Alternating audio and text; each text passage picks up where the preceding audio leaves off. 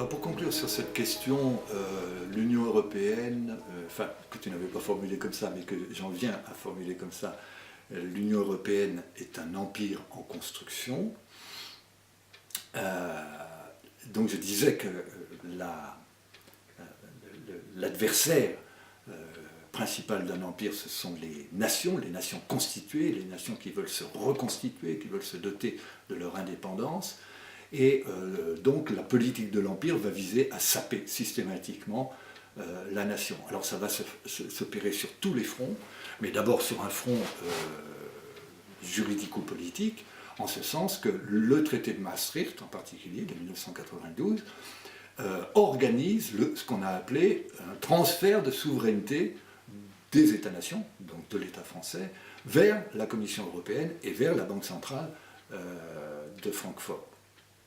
Un transfert de souveraineté, ça veut dire que les Français sont dépouillés de leur souveraineté. C'est la Commission européenne, la Banque centrale, qui détiennent les véritables leviers de la souveraineté, c'est-à-dire la capacité de battre monnaie, la capacité de dire la loi, la capacité de déclarer la paix ou la guerre.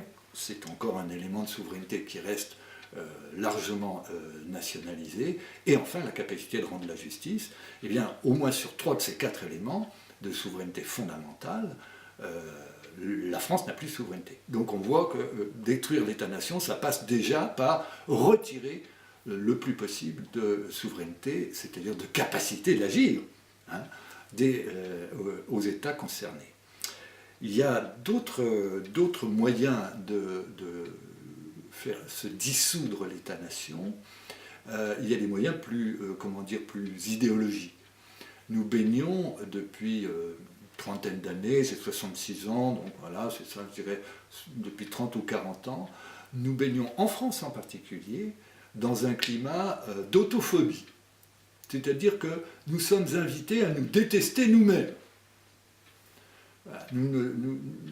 La France, c'est les colonies, c'est l'esclavage, c'est la guerre d'Algérie, c'est la collaboration.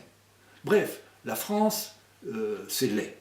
Au point que le drapeau national, qui est l'emblème du peuple souverain, le drapeau bleu-blanc-rouge, n'est plus réservé qu'à 2 types de manifestations, les manifestations sportives, bon, c'est des beaux favinés, et le Front National, qui serait finalement le seul détenteur de ces attributs nationaux, et on voit bien que ce glissement est extrêmement vertueux pour les européistes, pour les impérialistes, puisque l'idée de nation est associée à l'idée de fascisme. Bien sûr, le Front National, c'est Pétain, Hitler, la Shoah, tout ça. Nous le savons les uns et les autres.